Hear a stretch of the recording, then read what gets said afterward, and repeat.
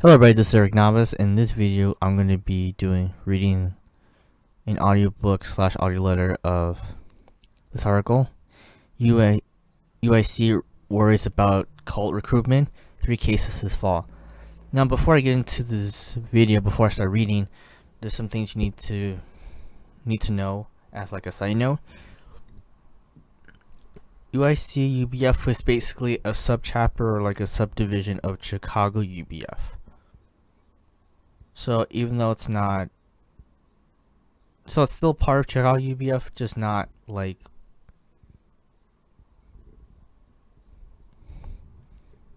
directly, or I guess to be more accurate, it's not really integrated into Chicago UBF, but it's separate, but it's not completely autonomous, if that makes any sense. Just something I want to make note of. So UIC is basically a subchapter of Chicago UBF.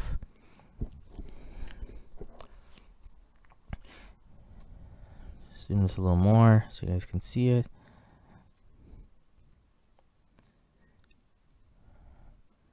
Right, so also another thing, even though this post was made back in 1993, it's still relevant to this day regarding the concerns and the cases that were involved. So obviously the chancellor or student affairs at the time is probably still not there, and this article was up until I think early 2000s. Later UBF web team had this article removed. Luckily it was archived though. Okay, let's begin. UIC worries about cult recruitment, 3 cases this fall. December 1st, 1993, by Daniel Buckman.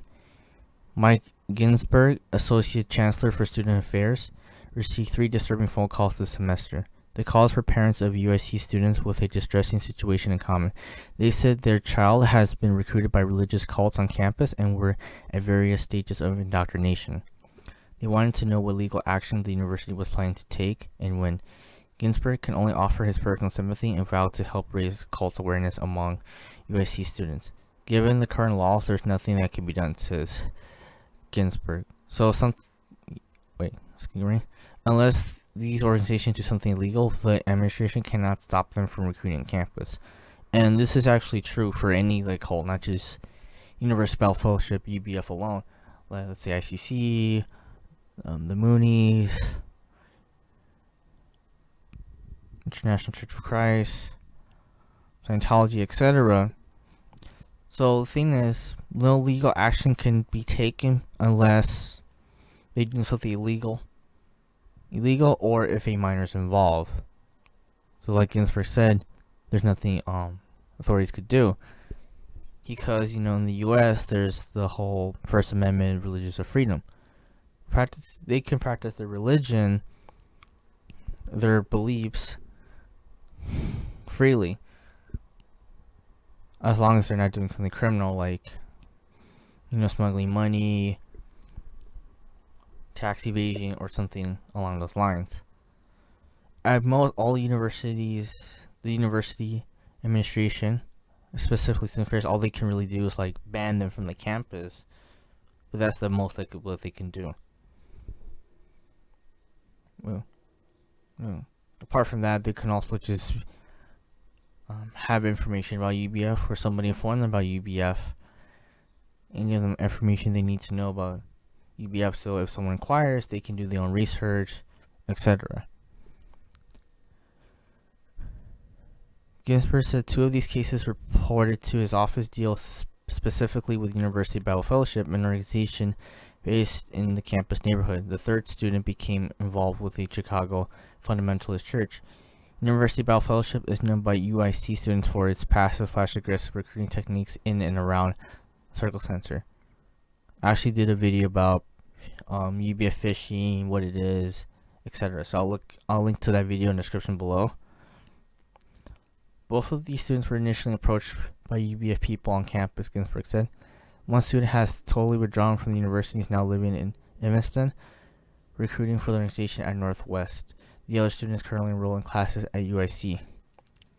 University Bible Fellowship professes membership within the Christian mainstream and claims the sole purpose is Bible study, but Cult specialist Ronald Enroth, author of 6 books on North American cults, reports that UBF is part of a new wave of authoritarian mind control groups, quickly replacing traditional youth groups like the Hare Krishnas and the Moonies. Marty Butts of Chicago's Cult Awareness Hotline verified reports that University Bible Fellowship's leadership has required arranged marriages, forced alienation from families, and excessive tithing from its members. UBF has no formal affiliation with UIC, says Ginsburg, but by calling themselves University Bible Fellowship and recruiting as Circle Center with their invitations to Bible study, they create the impression that they're affiliated with the university. Located in a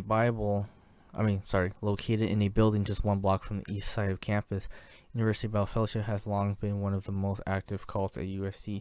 Another group known by the acronym CARP and affiliated with the Unification Church or Moonies has not been active recently. In 1985, University Bible Fellowship lost its organizational status at USC when its campus advisor resigned, saying that the group has misrepresented itself. The same year, several USC students were arrested after 2 incidents of violence between members and 4 members. Private universities can keep many groups from coming in on campus, whether they're religious, political, or social activist organizations, Ginsburg said, but public universities cannot restrict these groups as long as their behavior remains within the law. Next Tuesday, Ginsburg will testify before a group of Illinois legislators about the practices of groups like University Bible Fellowship in the hope that the General Assembly will amend the laws that protect cult recruitment on campuses. Ginsburg and campus Minister Frank Anderson are investigating how other campuses deal with cults. They are revising a cult awareness pamphlet to give to students and discussing new ways to educate students about the potential danger of cult involvement and practices. So, for those who don't know, UIC stands for University of Illinois at Chicago. They lost their organizational status, but I believe they got it back again more recently, and they go by a different name. I believe it's on Deeper Roots in Christ.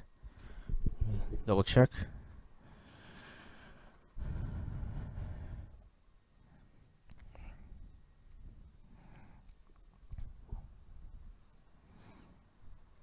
So yes, more recently they gained their status again. Status, see here.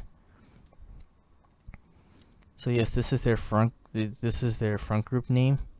So like when they recruit you, they're not gonna tell you I'm UBF. They'll just say I'm Deeper Roots in Christ. Right, and since later on when you get more involved, that's to later involve. They still keep this deception. The only way you would know that it's part of UBF unless you do your research and make the connection, or if you go to one of their international conferences and then you realize, oh, this is part of University Bible Fellowship. So yes, I'll put a link to the description below. Right. I might do a video. I actually contacted the staff affairs about this, but I'll talk about that in another video. So I'll put a link to all this in the description below. Alright, and until next time.